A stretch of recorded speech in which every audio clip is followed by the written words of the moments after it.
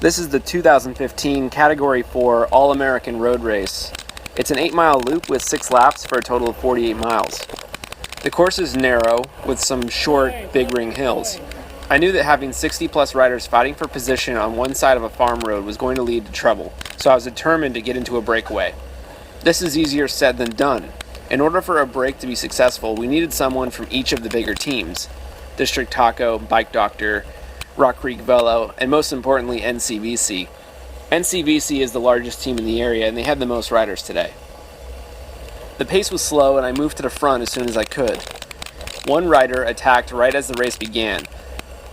He managed to gain a minute on us before we reeled him back in while attempting to break up the field. I made a few moves, and so did a few other riders, but eventually it became clear that NCVC was going to chase down everything, including breakaways with their own riders. I learned later from a helpful rider on another team that NCVC was planning to shut everything down until the last lap and then lead out 2 designated sprinters. This was bad news. I knew there would likely be a crash, but there wasn't much I could do about it with NCVC chasing down every dangerous break. On the last lap, NCVC did as planned and laid the hammer down.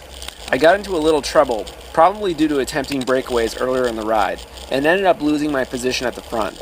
We went through the final turn, and due to my ignorance of the course, I had to get a little help from a rider next to me to know what was going on.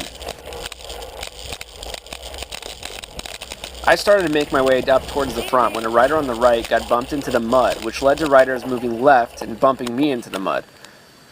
I might have been able to get back onto the road, like the rider behind me, or I may have ended up like the riders behind him and ended up on the ground. Once I left the road, I didn't risk losing traction on the edge of the pavement and called it a day. It's more entertaining for me to be a die-hard badass with no fear, but in reality I'd rather be healthy for the next one. Thanks for watching.